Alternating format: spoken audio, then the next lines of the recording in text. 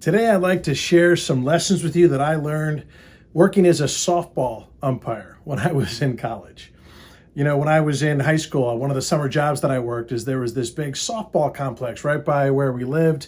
It was in Warren, Michigan. It was called Liberty Park of America, and they had 11 or 12 softball diamonds spread out in this big complex, and they were looking to hire people to work security. And so I spent a summer working there in high school as a security guard in the evenings.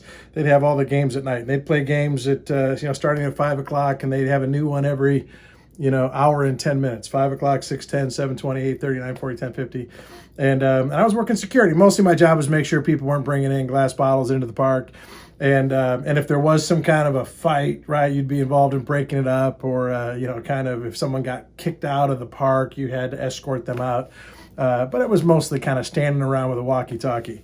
And I watched a lot of softball. And I played softball growing up. I played baseball in high school. And but this was slow pitch softball. And so I would, kind of be standing around, and I'd be watching these softball games. And I started talking to the umpires about, hey, why did you call that guy out? Why was that a dead ball versus a live ball? What's that rule about? And I was really interested in, the rules of the game. And I was there for hour after hour after hour. Well, I was making minimum wage working security. And I found out that these umpires were making like $12 a game cash, which back in the 1980s, that'd be like making $40 an hour now. And I was like, I'd kind of like to be an umpire. All the umpires were grown-ups. They were adults. They were guys, men and women both, in their 30s, 40s, and 50s. And here I was, 17 years old. And I went and talked to Ed Nadolski, who was the umpire-in-chief of this place. And I said, hey, Ed, I said, next summer, I'd like to be an umpire. And he had all these umpires. These umpires after the games would kind of sit around, drink a beer, and they're all kid thinks he can be an umpire. He goes, you think you can be an umpire? I go, yeah, I've kind of been studying the game a little bit. I think I could. And he said, all right, let me ask you a question. And if you can answer this question, then I'll let you be an umpire next summer. And I'm like, all right, bring it. And he said, is it possible for there to be 3 outs made on one batted ball without any defenders touching the ball after it's hit? And I'm like, I love these kind of riddles, right? All these other umpires are sitting around. They're like, no, it's impossible. You can't have 3 outs on one batted ball without any of the infielders or outfielders touching the ball after it's hit. And I think about it, and I said, yes, it is possible. And he says, all right, tell me, how is this possible? I said, okay, theoretical situation. There's a batter at the plate. There's runners on first and second. The batter hits pop up to the infield. Immediately, infield fly rule, the batter's out, but the ball is still live. Runners can still advance. He goes, okay. And I said, so let's say theoretically the runner on first takes off running and he passes the runner on second. He's out for passing a runner that's ahead of him, but it's still a live ball. And he goes, okay.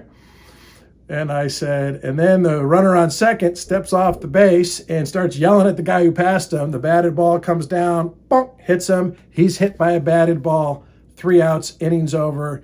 Defender never touched the ball after it was hit. And these umpires all just sat there with their beers. And I'll never forget, he walks into his office and he comes out with a rule book and he throws it to me.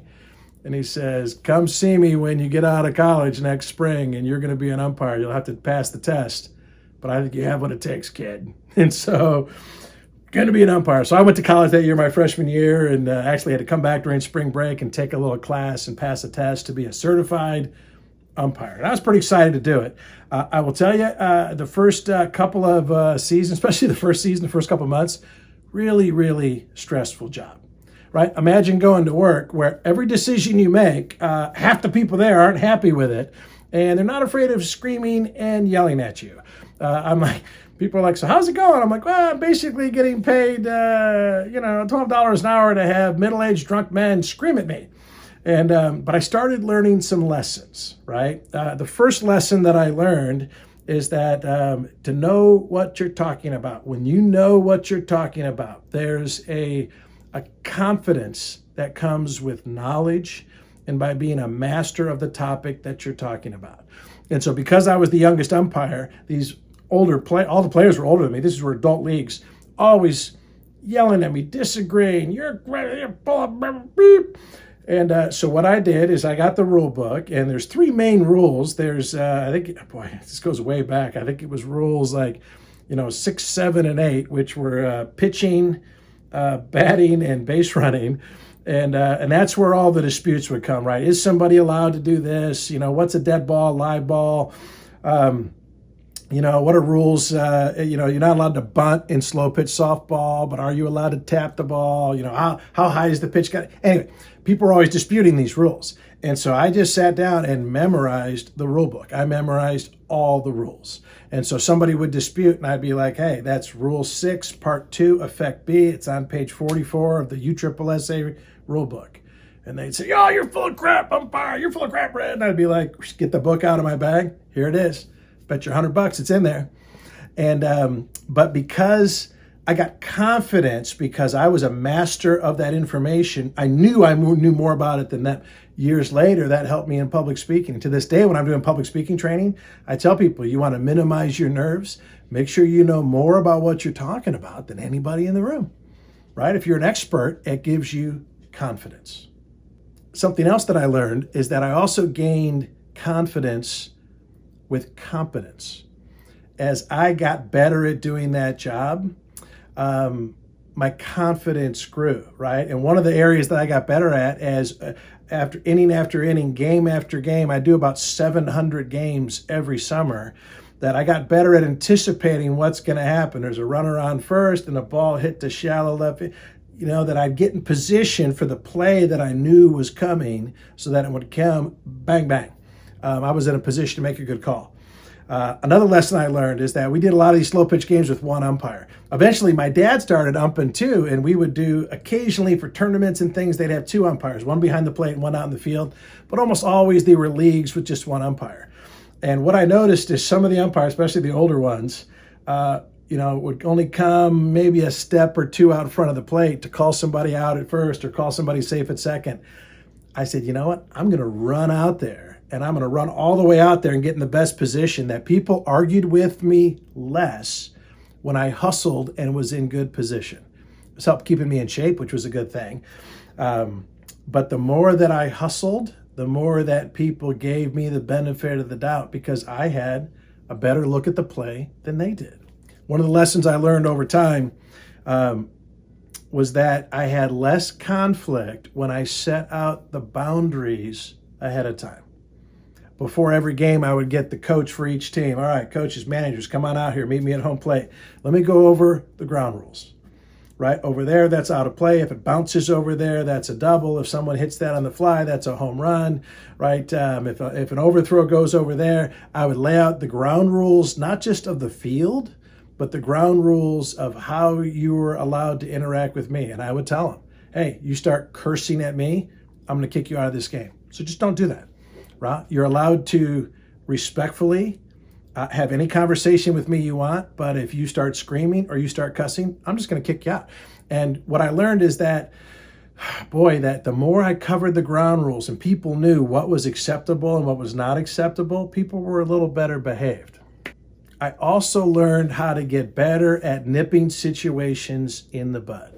The first year that I was up, and right, the ultimate weapon you have as an umpire is you're out of here, kicking people out of the game. And that, when you see that happen on TV and baseball, it seems very exciting. Well, it kind of sucks in real life, right? Because you're going to see that person later in that season is going to be back around, right? You're just setting up more future conflict. That's not the best way to handle it. But I'd say probably my first year, I probably threw 30 people out of games out of 700, right? Which doesn't seem like a lot, but it really is a lot.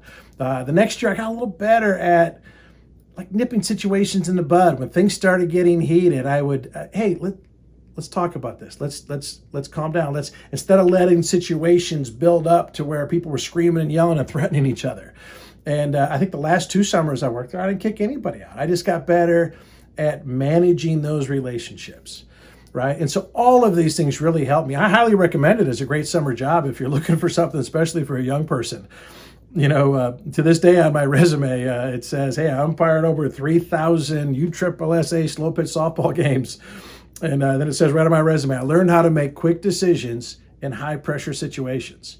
I think there's something to be said for that if you can learn to make the right call, even when people are yelling at you, even when people are pressuring you, it's going to benefit you a lot in life. And so I really enjoyed my time doing that as a summer job. My dad kept doing it for years and years and just recently retired because Liberty Park sold their park. And I think it's now an Amazon distribution center. But he did it like into his 70s, that he was still out there and kind of kept him young and kept his mind active and gave him some exercise. And he's done thousands and thousands of games, a lot more than me now. But once I was an adult and I had a career and a business of my own, I just, chose other avenues on how to create income.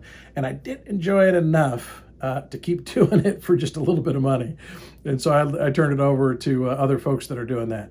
But I think there's lessons to be learned in everything. And I learned a lot of lessons in my time as an umpire.